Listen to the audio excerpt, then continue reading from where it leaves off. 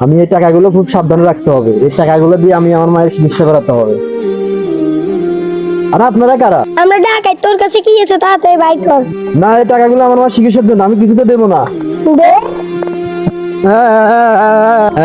আমি এখন আমার মায়ের চিকিৎসা কি করাবো?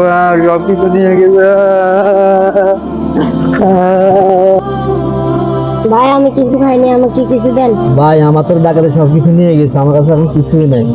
আচ্ছা এ নাও, এই 10 টাকা নাও, এই 10 টাকা নিয়ে তুমি কিছু খাও, যাও। আরে আপনি কি? আমি আল্লাহ তাআলার ফেরেশতা।